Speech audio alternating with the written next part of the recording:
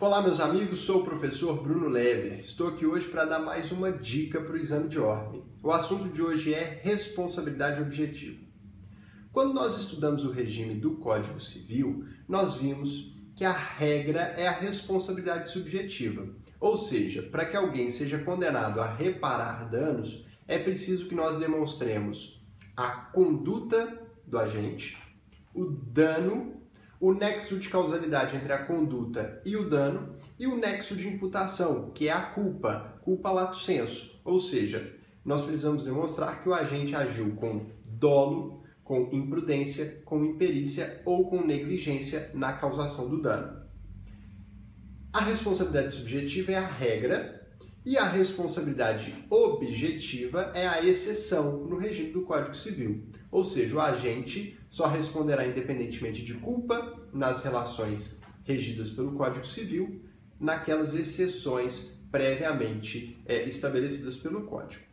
Acontece que quando nós estivermos falando de Código de Defesa do Consumidor, de relação de consumo, o Código inverte essa lógica e toma a exceção pela regra. Ou seja, no Código de Defesa do Consumidor, a regra é que o fornecedor responde de forma objetiva, independentemente de culpa, pelos danos causados ao consumidor. A responsabilidade objetiva é a regra no regime do Código de Defesa do Consumidor e a responsabilidade subjetiva é a exceção. Para nós entendermos a razão de ser disso, é preciso que nós retrocedamos um pouco no tempo. O regime do Código Civil francês de 1804 era o da responsabilidade subjetiva. Só existia a responsabilidade subjetiva. Ou seja, para que eu fizesse jus à reparação de danos que alguém causou a mim, eu tinha que demonstrar a sua culpa, culpa lato sensu. O problema é que nessa época, e daí em diante, começou a surgir o fenômeno do maquinismo. Ou seja, grande parte dos produtos fabricados e vendidos aos consumidores eram feitos por máquinas, eram construídos em grande parte por máquinas. E as máquinas também erram, mas nós não podemos dizer que as máquinas erram com dolo ou que elas erram com culpa. Então, muitos consumidores, vítimas de acidentes de consumo na época por falhas na fabricação, não conseguiam obter reparação, porque eles não conseguiam provar a culpa do agente causador do dano, ou seja, a culpa da máquina. A gente não consegue dizer que uma máquina errou com dolo, que uma máquina errou com culpa. E aí, essas pessoas, à luz do ordenamento da época, ficavam sem proteção.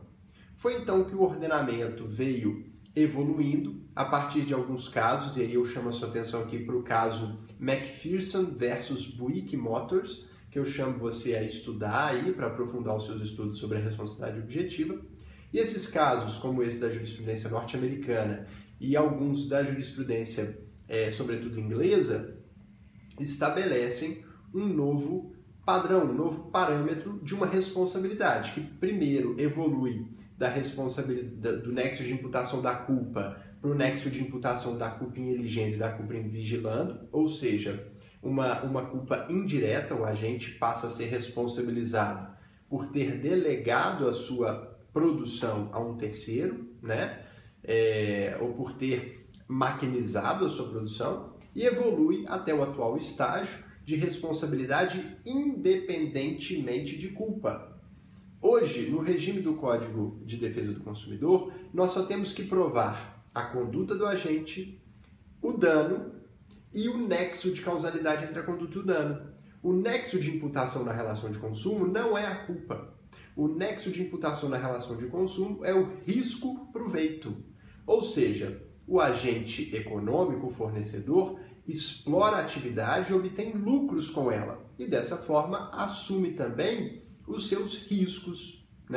Aqui, para você guardar essa questão, é só guardar a ideia de que para aquele que vem os bônus, também vem os ônus.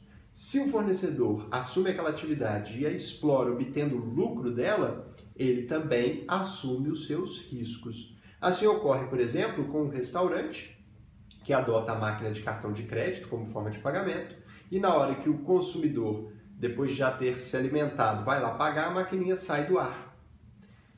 O risco, nesse caso, é do fornecedor. O fornecedor é que assume o risco da máquina sair do ar a qualquer momento. Não pode o consumidor ser responsabilizado por isso. Então, quem vai amargar o prejuízo nesse caso é o estabelecimento. Da mesma forma, um atraso ou um cancelamento de voo.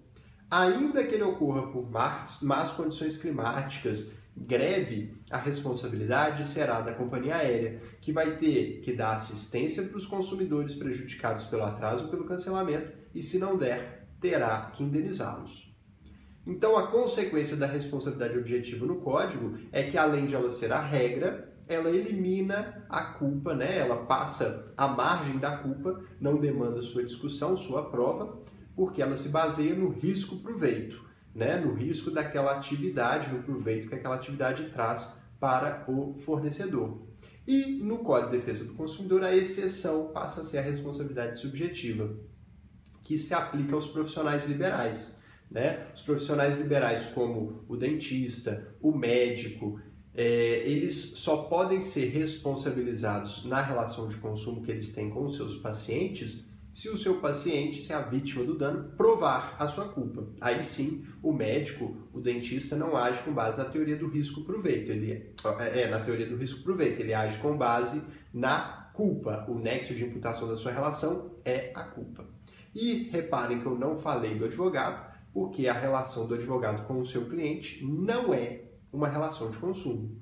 Ela é uma relação pautada por um estatuto, um código de ética próprio e que não se subordina às regras da responsabilidade própria das relações de consumo. Com essas dicas, com certeza você vai poder aprofundar mais os seus estudos sobre a responsabilidade objetiva.